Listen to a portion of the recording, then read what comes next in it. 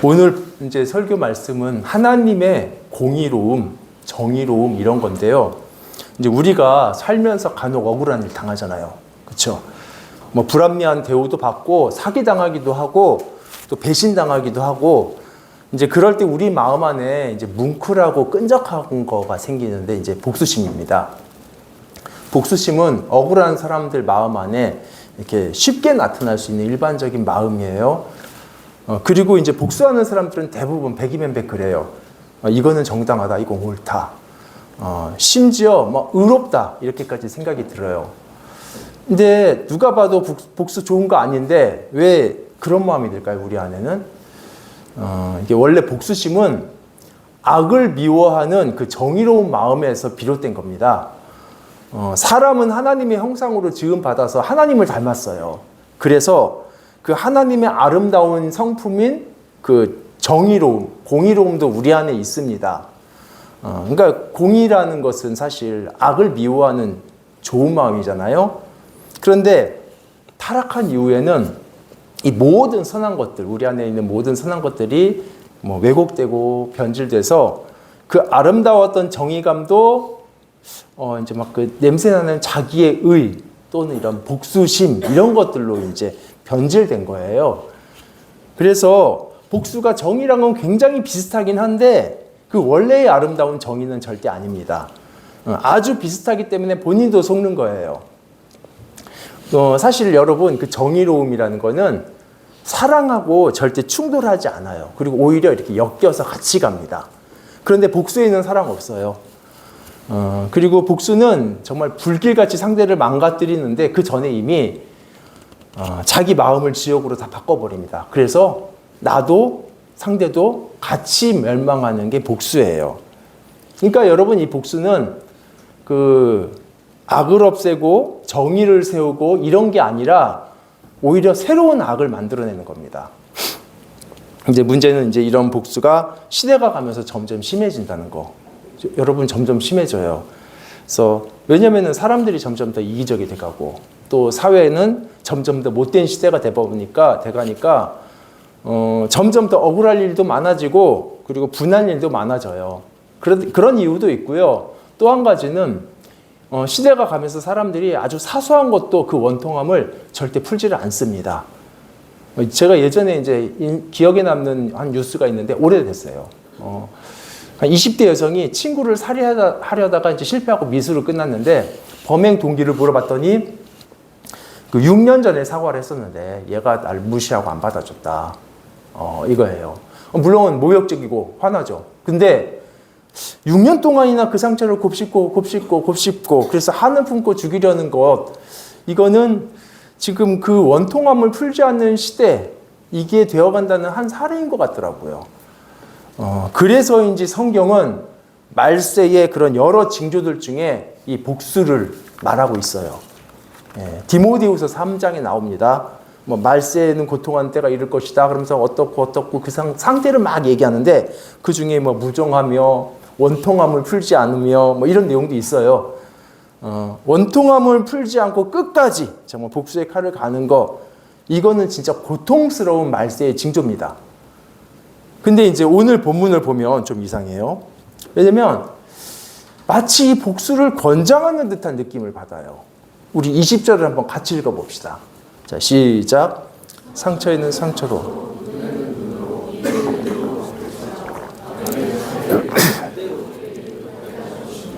예, 그러니까 눈 맞아서 눈 멀면 너도 가서 똑같이 눈 멀게 하고 입 부러지면 너도 가서 입 부러지게 하고 눈에는 눈, 이에는 이. 그러니까 사랑과 용서의 하나님이라고 생각했는데 좀 이렇게 혼란스러워요. 물론 딱 요만큼만 이제 성경이 가르치는 정도만큼만 해도 사실은 다행이에요. 현실에서는 정말 눈에는 눈 이렇게 딱 피해 입은 만큼만 갚아주나요? 대부분은 되로 받은 거 말로 갚아줍니다. 한 대 누가 이렇게 딱 때리면 나도 똑같이 한 대 이렇게 때리는 게 아니잖아요. 이렇게 한 대 안 때려요. 왜 때려? 막 이렇게 하고 이렇게 탁 하고 끝까지. 그러니까 우리의 이 되갚음이 바로 이런 식이거든요. 사람은 내가 받은 피해만큼 갚아주는 게 아니라 내가 가진 힘만큼, 내가 가진 권력만큼 갚아줍니다. 그렇잖아요. 어떤 회장님, 힘 있는 사람들은 더 크게 보복을 하잖아요. 그래서 이런 되로 받고 말로 갚아주는 곱빼기 복수, 이건 인간 역사에서 계속 반복되는데, 저 앞에 창세기 4장 가잖아요. 그러면은 그 가인의 후손 중에 라멕이라는 사람이 있어요. 아주 악한 사람인데, 이 사람이 사람을 죽이고 와서 이제 아내들에게 했던 말이 성경에 나옵니다. 창세기 4장 23절인데 여기 자막에 뜨나요? 예, 한번 같이 읽어볼까요? 자, 시작. 라멕의 아내들에게 이르되 아다야 실라여 라멕의 아내들이여 내 말을 들으라. 나의 상처로 말미암아 내가 사람을 죽였고 나의 상함으로 말미암아 소년을 죽였도다. 그 자기가 사람 죽였다고 이제 아내들에게 말을 하는데 이제 그 다음 절에 덧붙는 말이 이거예요. 24절인데 이것도 읽어보죠. 시작. 가인을 위하여는 벌이 7배 1인데 라멕을 위하여는 벌이 77배 1이로다 하였더라. 그러니까 사람을 죽인 상황에서 갑자기 오래전에 가인을 언급을 해요. 가인이 누구죠? 예, 동생 아벨을 죽이고 그 형벌로 방황하면서 살게 된 사람이잖아요. 그때 이제 형벌을 받을 때 가인이 이 형벌 너무 저한테 무겁습니다 이렇게 하소연을 했었어요. 그래서 자기가 하나님을 떠나서 방황할 때 사람들이 자기를 죽일 거다 이런 두려움이 있으니까 하나님께서 자비를 베푸셔서 표를 주셨습니다. 그래서 가인을 해하는 사람은 그 벌을 7배 받는다 이 표를 주셨어요. 그런데 이제 라멕이 그 사건을 언급하면서 자신에게는 7배가 아니라 77배다 이런 얘기를 해요. 그래서 언뜻 보면 라멕도 이제 사람을 죽였으니까 그리고 자기에게도 그런 용서와 긍휼을 기대하는 말처럼 들려요. 그런데 이제 그거 아니에요. 뭐냐면 하나님의 긍휼을 구하는 말이 아니라 왜 자기가 사람을 죽였는지 그 이유를 말하는 겁니다. 그래서 원문에 이제 24절의 원문에는 맨 앞에 왜냐하면이라는 말이 들어 있어요. 근데 이제 번역에서는 빠졌습니다. 키라는 단어인데, 그러니까 24절 의미가 이거예요. 동생을 죽인 가인 같은 그런 나쁜 사람한테 해코지를 해도 7배 벌을 받는데 누가 하물며 자기한테 누가 나쁜 짓을 한다? 그러면 77배의 벌을 받아도 마땅하다 이거예요. 이 논리예요. 그래서 어떤 사람이 자기한테 상처를 줬습니다. 23절에 나온 대로. 그래서 77배로 갚아서 죽여버렸다. 이제 그 얘기를 하는 거예요. 그리고 그 77배의 형벌 누가 집행해요? 하나님이 아니라 자기가 직접. 나한테 상처 줬어? 그래. 77배로 갚아줄게. 그리고 죽이는 거예요. 여러분, 하나님께서 가인에게 그 7배의 표시를 주셨던 거는 살인이 또 살인을 부르고 그 뒤에 있는 복수를 막기 위함인데, 라멕은요 오히려 과도한 복수를 정당화하는 논리로 이거를 활용을 합니다. 하나님의 말씀을 곡해하고 왜곡해서 복수를 이제 합리화하는 거예요. 그래서 이제 학자들은 이 라멕의 23절, 24절을 복수의 노래, 칼의 노래 이렇게 불러요. 실제로도 이 구절이 노래 형식으로 돼 있어요. 그러니까 사람 죽여놓고 지금 그 자랑하듯이 내가 왜 죽였는지 알아? 하면서 이게 노래로 부르는 거죠. 그러니까 무서워서 이런 사람들 옆에는 가면 안 돼요. 어쩌다가 잘못해서 발 밟았다? 빨리 도망가세요. 그 사람 다리 부러뜨립니다. 무서워서 같이 살 수가 없는 사람이에요. 그러니까 명분은 정의죠. 그렇죠? 명분은 공의가 맞아요. 그런데 하나님의 성품과 정반대되는 그게 바로 사람의 복수입니다. 그래서 눈에는 눈으로라는 성경의 가르침대로만 해도 사실은 굉장히 다행인 거예요. 당한 만큼만 갚아줘라. 이것만 지켜도 인류 평화에 굉장히 많은 도움이 될 겁니다. 그래서 이 구절을 동해 보복법 이렇게 불러요. 동해 해 받은 만큼 복수해라.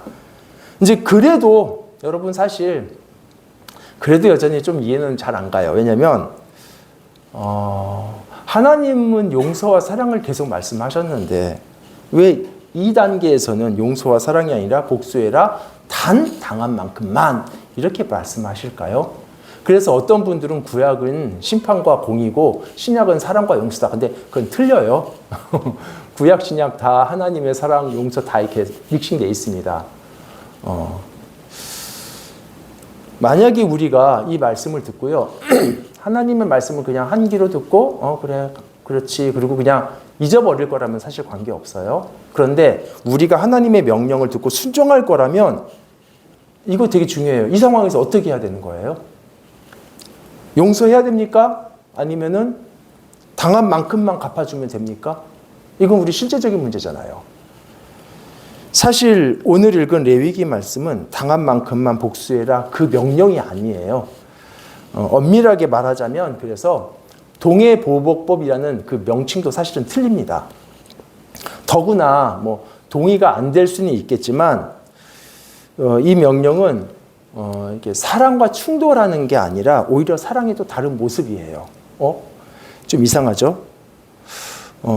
본문의 의미를 정확하게 알려면 하나님께서 이 명령을 누구에게 주셨지? 이것부터 한번 확인해 봐야 되는데 문맥상 이 피해자한테 하신 말씀 아닙니다. 이거는 재판장한테 하신 말씀이에요. 그래서 즉 피해자한테 너가 당한 만큼 똑같이 눈에는 눈 해줘라 이게 아니라 재판장에게 가해자가 행한 그대로 그에게 그대로 갚아주어라 이런 공의를 세우라는 명령입니다. 물론 이제 본문 안에는 재판장 이런 단어 명시적으로 안 나와요. 그런데 이제 문맥은 앞에서부터 읽어보면 법을 세우는 과정에서 모세에게 주신 말씀이거든요. 그러니까 당연히 재판장에게 적용해야 되는 것이고 또 결정적으로 이제 똑같은 내용의 구절이 이제 병행 구절에 담겨 있어요. 출애굽기 21장, 뭐 신명기 19장 이런데. 성경 보통 그렇잖아요. 똑같은 내용 여기도 있고 저기도 있고. 근데 거기에는 명확하게 재판장한테 하신 말씀으로 나와요.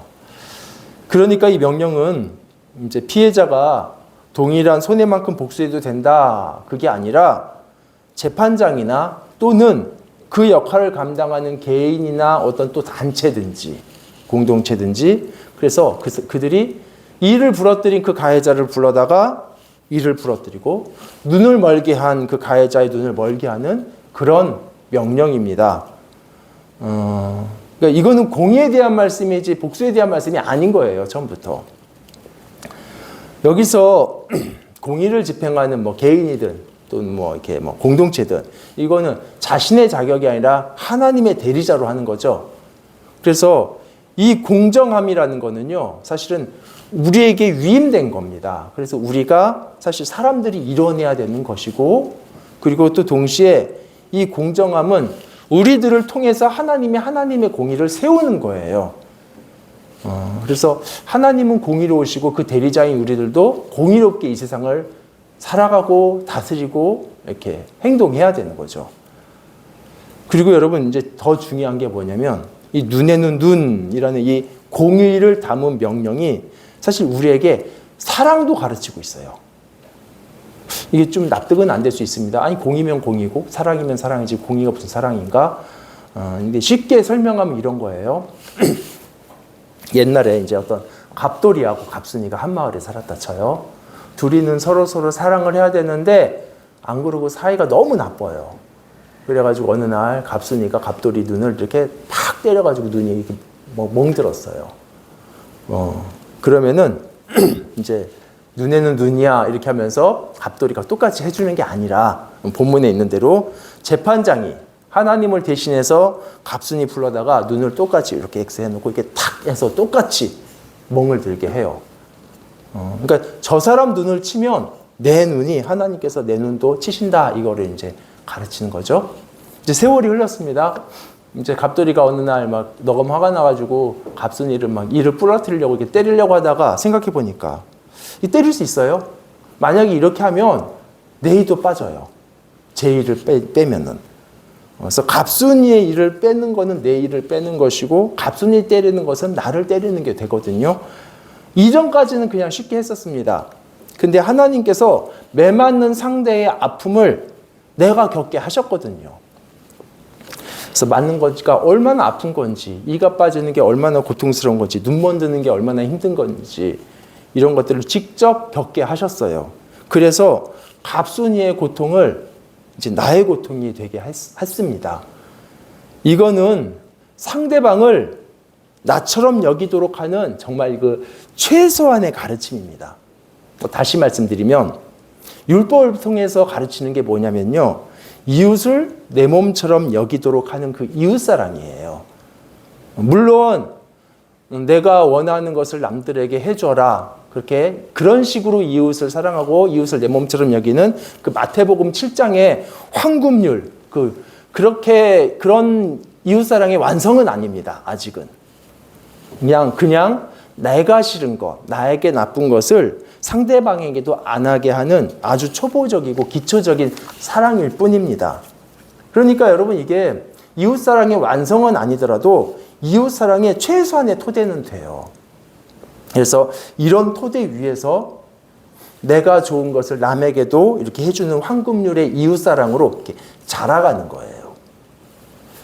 이렇게 이웃을 나처럼 여기는 그 완성된 사랑, 신약의 완성된 사랑, 이거는 이웃을 나처럼 여기는 그 정의, 공의의 기초 위에서 이렇게 발전하는 겁니다.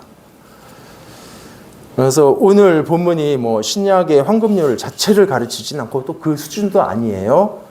그런데 깊이 흐르는 원리만큼은 동일합니다. 이웃을 내 몸처럼 알게 하는 거. 그래서 가해자로 하여금 최소한의 이웃사랑을 깨닫도록 하는 것입니다.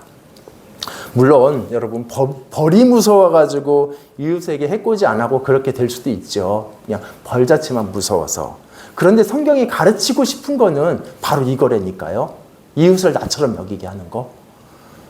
아픈 이웃을 아픈 나로, 동일한 아픔으로 그래서 묶어주시는 겁니다. 우리는 사실 본성적으로 이웃 사랑하지 않아요. 그리고 내 몸처럼 여기지도 않습니다. 그래서 함부로 착취하고 학대하고 아픈 고통을 주면서도 나는 아무런 그런 느낌이 없어요. 그러니까 힘없는 사람들을 착취하면서도 막 억울함을 만들어내면서도 그들의 아픔에 전혀 관심이 없어요. 사소하게는 가족 안에서 남편에게도 아내에게도 또 부모님한테 또 자녀에게 이런 아픔과 그런 것들을 주고도 잘 몰라요, 그것을. 이거는 상대방을 나로 여기지 않기 때문입니다. 그런 우리에게 하나님은 그 고통이라는, 이웃의 고통이라는 걸 느끼게 하셔서 이웃과 하나됨을 가르쳐 주셔요. 그래서 반복되는 얘기지만 오늘 본문은 피해자가 이걸 용서해야 돼, 갚아줘야 돼, 이런 고민할 일이 아닌 거예요, 애초부터. 그 주제가 아니었으니까. 재판장이 공의를 행해야 된다. 그리고 그 대상인 가해자가 아주 명심하고 기억해야 될 말씀입니다. 그러니까 이렇게 가해자가 제대로 들어야 될 말씀인 거죠. 여러분, 공의가 사랑하고 좀 반대 같은 느낌이 있잖아요. 근데 이건 절대 대척되는 게 아니에요. 많은 분들이 이제 이 둘 중에 둘 다 선택 못하고 둘 중에 하나는 포기해야 된다라고 생각하는 것 같은데, 근데 여러분, 공의가 사라져야 사랑이 나타나는 게 아니라, 공의를 포기해야 사랑이 가능해지는 게 아니라, 사랑은 공의가 꼭 필요합니다. 실제로 공의가 없어요. 그럼 누가 잘못했어요? 용서도 못해요. 그렇잖아요. 잘못도 안 했는데 용서를 어떻게 해요? 그래서 공의와 사랑은 늘 함께 갑니다. 그래서 사랑도 그냥 사랑이 아니라 공의에 기반한 사랑이에요. 공의도 사랑에 기반한 공의이고. 그러니까 우리가 그러면 왜 자꾸 공의와 사랑이 반대이고 대척으로 이렇게 느낄까요? 심지어 구약과 신약을 공의와 사랑 이렇게 구분하는데 절대 그러지 않거든요. 아마도 우리가 이 세상에서 겪어온 그런 부조리함의 경험 때문에 그런 것 같아요.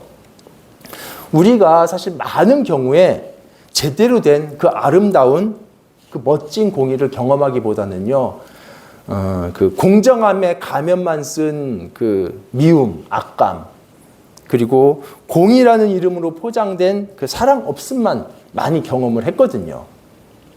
이거 옳은 거야 하면서 회초리 때리지만 사실 때리는 사람의 그 분노가 담겨 있는 거 맞는 사람 다 느끼거든요. 더구나 어떤 때는 그 이사야서에 나오죠. 공의라는 이름으로 포장되어 있는데 거기에 실제로 열매는 포악이라는 거였어요. 이사야서에 나옵니다. 그리고 해결을 위해서 말하기보다는 오히려 문제를 더 만들어내려는 목적으로 공의를 외치는 경우도 있습니다. 이런 가짜 공의에는 사랑이 없거든요. 그래서 우리는 무의식적으로 공의는 사랑하고 반대야 이렇게 생각을 하는 거죠. 여러분, 하나님께서 선지자들을 통해서 공의의 심지어 심판을 말씀하실 때조차도요, 그 안에 사랑이 깔려 있어요. 하나님의 안타까움이. 여러분, 오늘 나타난 공의로움만 봐도요, 사실은 원리적으로 이웃을 내 몸처럼 여기는 사랑과 이렇게 맞닿아 있습니다. 그래서 여러분, 공의가 없으면 행복 없어요. 공의는 우리를 행복하게 해주는 아주 중요한 겁니다.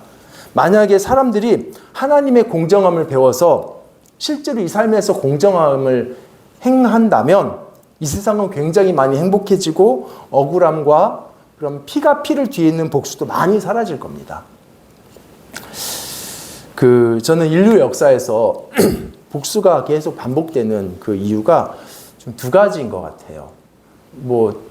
요즘은 법이라든가 여러 제도로 그런 것들을 막잖아요.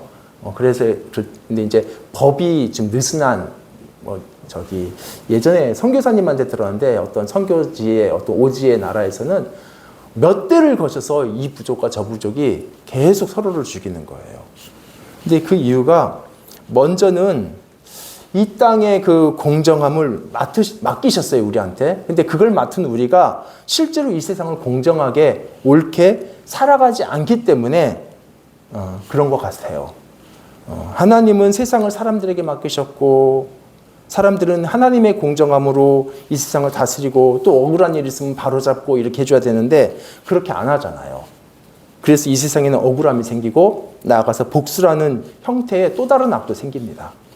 그리고 피가 반복되는 그 보복이 또 이렇게 안 끝나는 또 하나의 이유는, 그럼에도 하나님은 최종적으로 완전하게 공의롭게 모든 것을 바로 잡아주시거든요.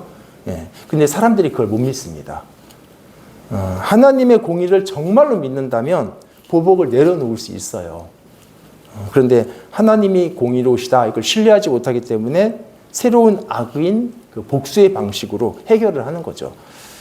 그래서 여러분, 당장에 우리 눈에 보일 때 그 사람들 공의롭지 못하고 또 세상이 공의롭지 못해도 이 세상에 공정한 심판자가 있다는 것을 여러분 꼭 기억하셔야 돼요.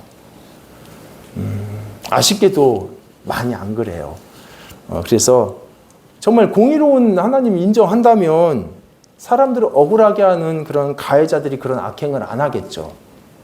그리고 또 공의로운 하나님을 인정한다면 이 세상의 그런 재판, 평가 정말 공정하게 됐어야겠죠. 하나님께서 맡기신 대로.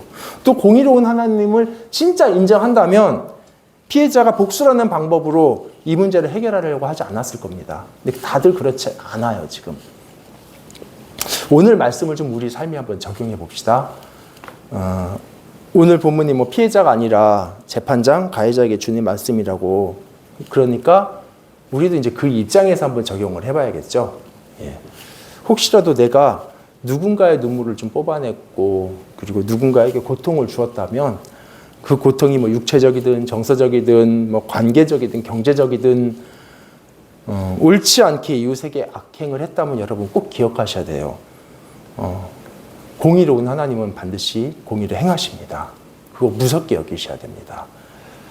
그래서 내가 누군가에게 잘못을 했다면 가능한 한 그 아픔을 보상하고 돌이키고 용서를 구해야 돼요.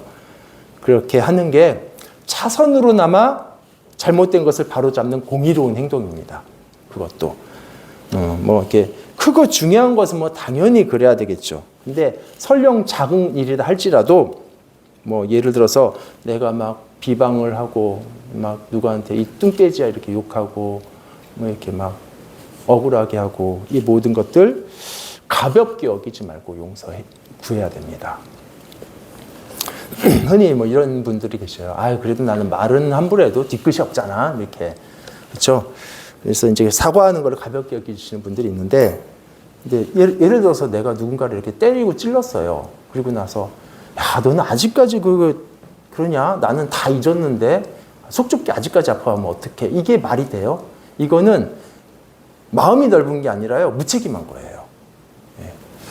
뒤끝이 없는 거는 내가 상처받았을 때 적용하는 것이지, 상처를 줬다면 반드시 뒤끝이 있어야 됩니다.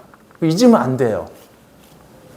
혹시라도 이 설교를 들으면서 맞아, 그 사람 나한테 사과했어야 됐는데 그 사람은 뒤끝없다고 이렇게 그렇게 적용하지 마세요. 이제 조금 전에도 말씀드렸듯이 오늘 말씀은 가해자에게 하는 말이지 피해자에게 사과받으라고 권면하는 게 아니잖아요.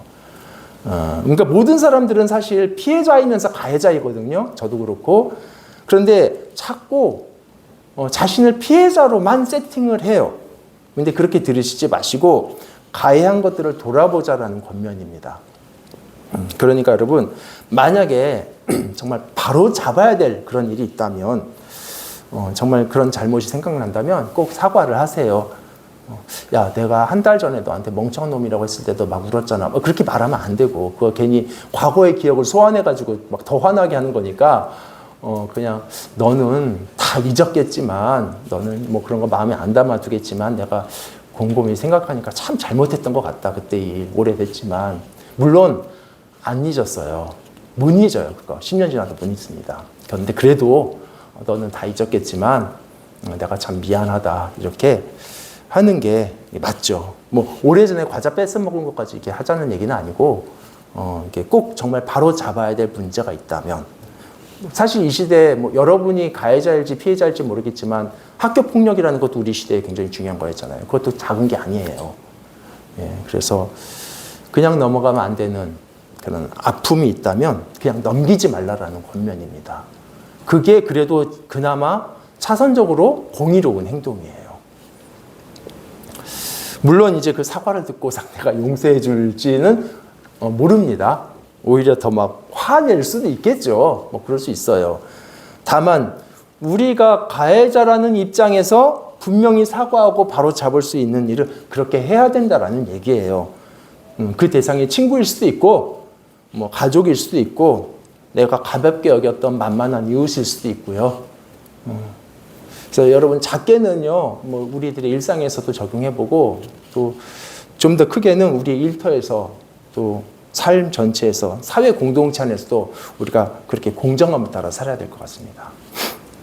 이제 좀 약간 다른 주제이긴 한데 한 가지만 더 이렇게 나누자면 그러면은 이제 가해자는 그렇다 치고 피해자는 이 억울함을 어떻게 해야 되죠? 사실 오늘 본문이 그 주제를 말하는 게 아니라서 뭐 오늘 설교에서 뭐라 드릴 말씀은 없습니다. 다만 성경 전체적인 맥락 안에서 오늘 말씀과 연결해서 그것만 말씀드리면 오늘 하나님 공의로우시잖아요. 예, 그렇죠? 공의로우시죠? 그러니까 안심하셔도 돼요. 공의로우시니까. 이게 무슨 말씀이냐면 하나님의 심판은 우리가 생각하는 것보다 훨씬 넓습니다. 그러니까 보통 심판 그러면 뭐 생각하냐면 벌 받는 거, 뭐 이런 거, 무서운 거, 뭐 이런 것들을 생각하는데 맞아요. 그런데 이거 절반만 맞는 말이에요. 하나님의 심판이 악한 자에게는 너는 잘못했다. 그런 엄중한 그런 평가도 심판이죠. 그게 심판이죠. 그런데 의로운 자에게 네가 오라. 너 많이 억울했지. 이것도 하나님의 심판이에요. 그래서 옳았던 사람, 억울한 자에 대한 보상과 회복도 하나님의 심판에 포함됩니다. 우리는 흔히 이제 전자만 생각하고 그런데 후자도 엄연한 하나님의 심판이라는 거 기억하세요. 그래서 여러분 좀 이건 오늘 그 주제는 다루지 않겠지만 하나님의 심판을 다른 각도에서는 구원이라고도 말을 해요. 그래서 공의로우신 하나님을 말하면서 억울한 자들의 회복과 신원을 간과하면 안 됩니다. 그래서 여러분 하나님의 공의로우심은 단지 악인들을 처벌하기 위해서만 있는 게 아니에요. 억울한 눈물을 닦아주시고 회복해주시고 갚아주심도 포함되기 때문에 비록 당장 억울해도 그래서 안심해도 된다라는 말씀 드린 거예요. 절대자가 공의로우시기 때문에. 하나님은 본성상 공의로우시기 때문에 여러분의 억울한 사연에 대해서 안심해도 됩니다. 그리고 여러분 하나님께서 억울함을 갚아주신다. 이 심판 이게 사실 두 가지 의미가 있어요. 뭐냐면 이제 쉽게 예를 들면 이런 거겠죠. 이제 형이 나보다 힘이 셀 거 아니에요. 그러니까 이제 막 와서 괴롭히고 내 아이패드를 막 망가뜨리고 부셔버리고 가버렸어요. 힘 약하니까 동생 어떻게 해요? 그냥 우는 거밖에 못하죠. 그렇죠? 이때 아버지가 만약에 정말 공의로운 아버지라면 형의 아이패드도 똑같이 가져와서 똑같이 박살내줄 겁니다. 그래서 이건 형한테 가르치는 거죠. 네 그 아픈 마음이 지금 동생이 겪고 있는 마음이야. 그렇죠? 오늘 본문이기도 하고. 예. 그것도 나의 억울함을 갚아주는 거 맞아요. 그런데 다른 방식의 갚아줌도 있어요. 아빠가 내 망가진 아이패드 대신 새 걸로 사주는 거. 이거 회복이잖아요. 더구나 망가진 건 에어였는데 프로네. 그렇죠. 그러니까 하나님의 공의라는 것을 단지 뭐 원수 갚아서 똑같이 망가뜨리고 뭐 똑같이 벌 주고 이거로만 제한하지 마시고 나의 억울함과 고통을 안아주시고 회복하시는 것도 포함해야 됩니다. 그래서 옳음은 옳음으로 잘못된 것은 잘못됨으로 정확하게 평가하실 그날이 있어요. 조금 이제 삼천포로 빠지는 얘기가 되겠지만 근데 대부분은 이상하게 그 전자의 갚아줌은 원해요. 그런데 후자의 갚아줌은 별로 그래요. 그래서 여러분 어떤 방식의 정의를 원하세요? 하나님께서 원수를 갚아서 그를 무너뜨리는 거, 아니면 하나님께서 내 손실을 갚아주시고 내 아픔을 회복해 주시는 거. 근데 머리로는 이게 더 낫죠. 그런데 마음으로는 실제 그 미움과 복수심에 그게 올라와 버리면요, 이거를 선택한다니까요. 그래서 나 내 손실 회복 안 돼도 돼요. 저거 죽여요. 뭐 이렇게 되는 거죠. 어떤 면에서는 이건 정의를 바라는 게 아니라 내 마음 안에 용서하지 않는 그 복수심의 발로입니다. 하나님의 진짜 정의를 믿으면 용서할 수 있어요. 물론 용서할 수 있는 여러 이유가 더 있긴 합니다. 이제 오늘 설교를 이제 좀 정리하고 마치겠는데, 좀 아쉬운 부분도 있는 게 뭐냐면, 이 공의라는, 정의로움이라는 주제는 굉장히 큰 그림이잖아요. 그렇다 보니까 여러 주제하고 여기저기서 맞닿아 있어요. 그래서 사실은 다 이걸 하려면 너무 많고, 그렇다고 너무 범위가 넓기 때문에 이제 그런 주제들은 오늘이 아니라 다른 기회에 때가 될 때마다 이렇게 조금씩 나누는 게 좋을 것 같습니다. 뭐 예를 들면은 이제 하나님의 공의로우심이 정말 감사한 거잖아요. 그렇죠? 아름다운 것이고, 그런데 우리가 그 하나님의 공의를 그냥 이렇게 낭만적으로만 볼 수 있을까? 왜냐하면 심판 자체는 찬양받을 일인데, 시편에도 나오는데, 그 심판이 우리에게 구원이 될까요? 아니면은 형벌이 될까요? 이 고민도 좀 해봐야 되잖아요. 이스라엘 백성들이 그 딜레마가 있었거든요. 그리고 또 우리는 지금 이 본문을 하나님께서 중재자가 되셔서 가해자와 피해자 사이에 이 심판하시는 것만 생각했는데, 우리와 하나님 간에 가려내고 정산해야 될 것도 있어요, 여러분. 이거 되게 심각한 거죠. 그리고 아까도 말씀드린 것이 구약은 정의, 신약은 사랑. 그렇지 않아요. 여러분, 참고로 말씀드리면 심판, 지옥을 제일 많이 말씀하신 분은 구약의 선지자가 아니라 예수님입니다. 그리고 이제 조금 전에 말씀드렸던 용서도 마찬가지고요. 꼭 공의에만 기반해서 하는 게 아니라 더 이상이 있습니다. 어쨌든 이제 말씀을 정리하고 마치면, 고통과 피해를 주고받는 관계 안에서 우리가 살아갔는데, 오늘 그런 관계 안에서 오늘 본문은 이웃사랑을 가르쳐요. 특히 가해자에게. 동일한 아픔을 통해서 상대를 나처럼 여기도록 하는. 그런데 이제 단지 그거지만, 그것이 지향하는 바는 아주 커요. 지향하는 바는 그냥 단지 해악을 하지 않는 거, 이제 그거를 넘어서 정말 이웃을 내 몸처럼 아끼고, 그래서 죄를 때리면 내가 아프고, 그래서 저 사람을 나처럼 여기고, 설령 저 사람의 고통과 아픔이 내가 만들어낸 것이 아닐지라도 이가 빠진 그들의 고통을 내 이가 빠진 것처럼 느끼고, 그의 고통이 우리 고통이 되고 그의 눈물이 우리의 눈물이 되는 것까지 지향하고 있습니다. 우리 같이 기도하겠습니다. 만약에 이제 오늘 설교를 들으시면서 내가 가해자다 그런 생각이 든다면 좀 회개를 합시다. 하나님 공이 살아있어요. 그래서 내가 피해를 줬던 사람들의 회복을 위해서도 기도해 주시고요. 또 내가 피해자다 그런 생각이 들 수도 있습니다. 그러면은 자꾸 복수심으로 그 스스로를 고통 안에 가둬두지 말고 하나님의 공의를 좀 신뢰하고, 그리고 나의 회복을 구하는 좀 기도를 하시고요. 그리고 우리는 재판장 아니에요. 그렇지만 하나님의 공정함을 이 사회와 공동체 안에 적용하는 역할은 우리 모두에게 있습니다. 그래서 우리가 하나님의 정의로움을 배우고 그런 삶을 이 사회 안에서 살아가도록 같이 기도하겠습니다.